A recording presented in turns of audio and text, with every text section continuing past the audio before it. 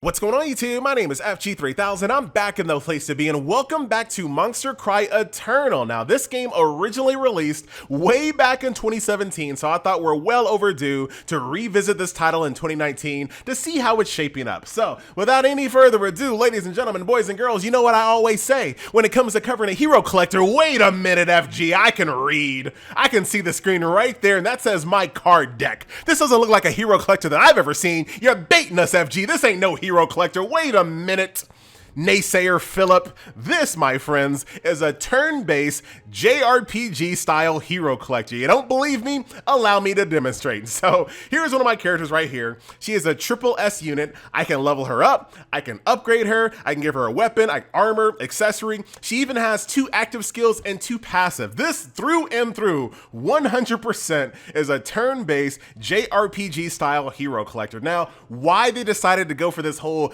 card game looking aesthetic, I have no idea. I think it was a massive mistake, especially considering back when this game came out, it came out during a time where there was a lot of fatigue in the card game market, but this game was like, you know what, we're going all in on a card game look. Even though our game is not a card game, it made no sense whatsoever. On top of that, this game is actually found within the card game section of the Play Store, not even under the RPG section, and I have no idea why. So I'm not saying that this game was going to be like the next coming of hero collectors, but I do think a lot of the steam of this game was kind of deflated because they decided to market it like a card game when it's not a card game at all. So here it is in combat. Let me show you what I mean. As you guys can see, it's my turn. It's a turn-based game. All of my characters are right here. Here's my party that I bring to the fight. I'm gonna have a basic attack.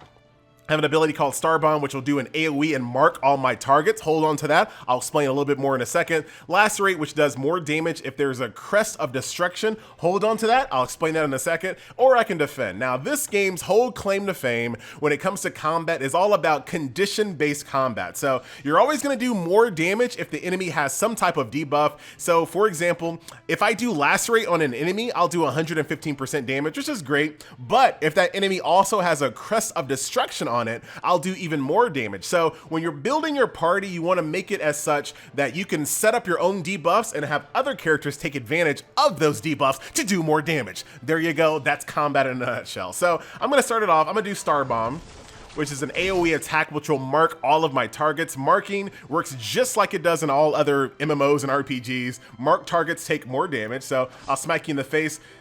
Do a nice little bit of critical there. Now, this is a friendship unit, so I'm not sure if she has anything that's really gonna help me. Yes, she does. So if I do lightning right here, I will give these targets crest of destruction. So she has to charge it up, which is no big deal. Now, when there's actually a combo on the board, the game will indicate it by putting this little exclamation point here. So light magic circle, once again, it'll do damage. However, if the target is in a marked state, I will actually inflict piercing damage as well. So I'm gonna go ahead and do this.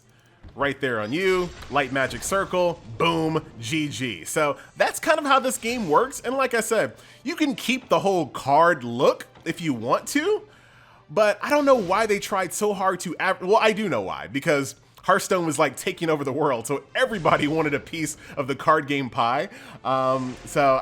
Like I said, in retrospect, I think it was a terrible mistake, but there you have it. So once again, like I was saying earlier, here's Lacerate. It'll actually do more damage when the target has a crest of destruction. Both of these targets do have crest of destruction. If there's any, doubts, basically you can go click on the card here and it'll tell you what they have. So I'm gonna go ahead and do Lacerate, do tons of damage, as well as triggering that crest of destruction, getting that piercing damage, and then doing a ton of damage that way. So now that, there's only one little target left, I can put it on auto ×3 and kind of finish out the combat there. So there is a story when it comes to the campaign. It does work like a typical hero collector where you go from stage to stage, trying to 3-star each stage. I do have some drops here. This is a fragment of this little crazy looking character right here. So that is that. Let's do a little bit more combat. I'm gonna bring a different, this character looks crazy, Frostbitten. Hello there. We'll bring you into combat with you now. The game will basically tell you how hard it's going to be based on how much power you have, so I should be fine. And as you guys can see, art-wise, this game is fantastic looking. So I'm gonna just see if I can put it on auto here to kind of see if they can't do their thing without me. I really like that card. There's a lot of like gothic angel type of cards in this game, lots of vampires, that type of look. You have some nature type characters as well. And we'll kind of go through a few of the cards in my deck. I called them cards. I called them cards. That's this game's fault. All right, that's this game's fault. But I'll kind of go through some of the heroes that I have, so I can kind of show you some more of the artwork. This game has actually been rather updated. So I've been kind of keeping tabs on it. The game has a February, like this month, it has a Valentine's update. This game has been steadily updated. Now it only has 500,000 downloads total, so there's no telling how many of those players are still in the game, but you know, it looks as if they do have a solid enough player base to continually update this game all the way from 2017 all the way up until now. So that is that. So this was an easy fight here. I'm actually not sure if I'll still get 3 stars if the friendship unit dies. Let's take a look here. We'll find out here in 2 seconds. Battle accomplished. And nope, I got screwed over because I brought a weak friendship unit. That's my fault, all right? So that's basic combat there. If we go back over to the adventure map, like I said, you're gonna go from stage to stage, 3-star in each stage, and once you've kind of completed them, there is a nice little goodie waiting for you at the end. And here is kind of like the world map, as you might expect when it comes to games of this type. It is a stamina-based game, as you guys can see. So let's go back over here to the home screen so I can show you what else is going on inside MonsterCry Eternal. There are your daily resource grinds, and this is what I was talking about earlier. There is a mission going on for Valentine's Day. So what I'm gonna do, let's go ahead and check it out. Let's see if there's anything special going on inside this Valentine's Day event. I really like my little squad here. This is like my favorite squad. So let's see, am I strong enough? Absolutely. Is there any other cool, look at this orange character here. So we'll see what that's all about. I want to see, yes, I knew there was going to be something crazy going on here for Valentine's Day. So there's a special little Valentine's stage. And you also have these units here that have these chocolate, devilish looking, I don't know, well, you don't have one. That's the devilish looking one right there in the middle. So they're trying to throw chocolate balls at you, ladies and gentlemen. So as you might expect, you're going to kind of go through these stages every single day, getting yourself chocolate drops. And you can use those chocolate drops in the store to basically redeem them for goodies. So pretty straightforward. Chocolate Castle 2. I should be able to run through this really fast. And I'll show you what other modes are in the game. Let's see what the next wave looks like. Oh, look at this girl right here. I wonder if she's available for purchase via these chocolates. Because she definitely looks like she was kind of made for Valentine's Day. Let's see if we get a better look at her. Choco Ball. Powder of Brilliant Light. Okay. So she's definitely on the like baking side of things. So there you have it. And like I said, if we go back over here to the dungeon list, so you have like this chocolate castle, then you have your normal resource grind. So your swamp of experience, which gets you experience points. This abandoned mine, which will help you upgrade weapons and gear. This will get you stamina. And then of course we have gems that you can basically insert inside of your weapons, armor, as well as your accessories. So that is that. So that's World Dungeon, that's Special Dungeon. You also have raid portals as well. And I'm actually gonna save this for the last part of the video. This is a co-op experience right here. And we're gonna save that for the end because I'm not, like I said, I'm not 100% sure on the overall population of the game. You have Underground Arena, which is AI, you versus the AI PvP, which is pretty standard in games like this. And then you have Arena, which is season-based live PvP. So when you go in here, you're actually going to be going against a live opponent here. So like I said, there's people still here. There's definitely people still playing. So like I said, I don't know the overall health of the general population, but like I said, this game has been steadily updated since 2017. So that's definitely a good sign. There's also a mode called the Tower of Souls, which you might expect is your endless tower mode. So go up the tower, get yourself some goodies, reset it. You have, basically it's based on seasons. So 3 days left to go up this entire tower. So I like when games do endless tower modes based on a season, on a week. That way you don't have to do it every single day. You have an entire week to kind of like balance it out. So that is that. So we're gonna go over here to the store. I don't really have enough to do any multi-summons, but I do want to kind of show you some more card art here. So here's Death Eater. So very cool. Something out of like Lord of the Rings looking. Venomous Scorpion. He's a B-ranked card, so that's just going to be used for like fodder. Death Reaper, or Dark Reaper, I'm sorry. Let's see what else we got here. Rovian Warrior.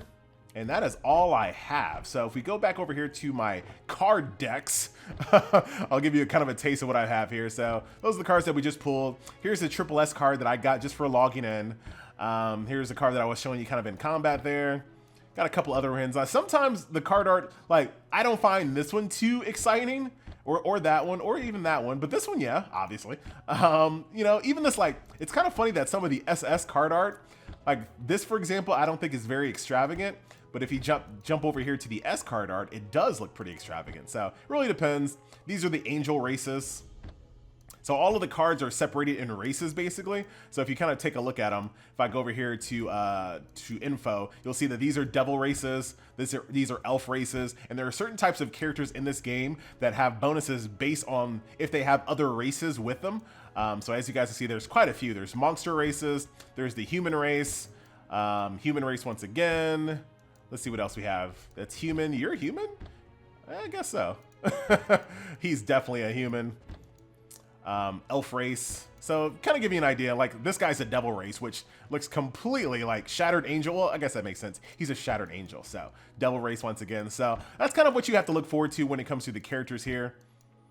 There you go. So let's see if we can't get lucky. The Snow Queen looks amazing. I like that. And then of course you have some of these low tier cards here. Sky Hatchling, he's a part of the dragon race. And then we have these like weird monster things, but these are all kind of low tier. Then you have monster race characters. These are very low tier cards, as you might expect in any of these games. So that is that. So let's see if we can't get ourselves into an actual raid. We're gonna try this quick join. Let's see what happens. Let us see. Is anyone playing the game? Waiting for 3 expedition members. All right. I'm gonna sit here just for a second. We're gonna test this. If not, I might have to do a pro edit. But I'm actually kind of low level, you know, but still. You know what? This is actually a good to see. Because yes, I'm probably not at the same level as the majority of the player base. I would imagine in a game like this, that is mislabeled in the card game section, I would imagine a game like this is not getting a lot of brand new players a lot. So I would imagine that most of the players still playing this game are kind of on the upper tier of the levels, which means that these little low-level raids are probably not going to be occupied with anyone. So yeah, and I'm talking a little slow to kind of give it a little bit of time, but I think the verdict is out, ladies and gentlemen. So when it comes to co-op, maybe not so great, but like I said, I'd imagine most of the players playing this game are in the high level. So if you can kind of, you know, wade through some of the low tier levels and get to the higher level, there's probably going to be some co-op action waiting for you up there, but it does not appear to be any co-op left in the game, unfortunately. So it goes all the way up to level 70. Like I said, I'm down here at the very bottom. Oh, look at this. Wait. Look at this. So there are new players playing the game. I take it all back. So all the people that are playing this game are at the very low level. They're not at the mid level. So they're just not sticking with the game. They're playing the game, they're not sticking with the game. So when you're in raids, you basically bring 1 card. So I keep calling them cards, but this is this game's fault for doing that. You bring 1 card with you, whatever your strongest card is, or whatever card you think is going to be the best. Everyone does that for themselves, and you go in here, kill the raid boss, and get yourself some goodies. Now looking at everyone else, these guys are all super high level. So I'm actually kind of confused on why these guys are doing these low tier raids and they're not doing these high tier raids. But that's kind of how it breaks down. That'll do it. We did get to show off rating though. Trying to see if there's anybody else around. Hitting refresh. That's kind of weird how they were all like level 70 guys in this like early raid, but no one over here on this raid at all. Interesting. I wonder if people were just trying to like knock it out to get their daily knocked out type of thing. And like I said, you can switch between any cards you want to bring into combat with you. I'll ready up, because we might be able to just 2-man this. You're level 53, so it's kind of odd. I wonder why people are doing that. But I think that's it. Ladies and gentlemen, boys and girls, once again, my name is FG3000, and I thank you so much for watching. This has been a look back 2019 gameplay re-review of MonsterCry Eternal. I'll have the links below if you want to try this game out. Until then, I will see you guys in the next 2019 revisit. I'm out.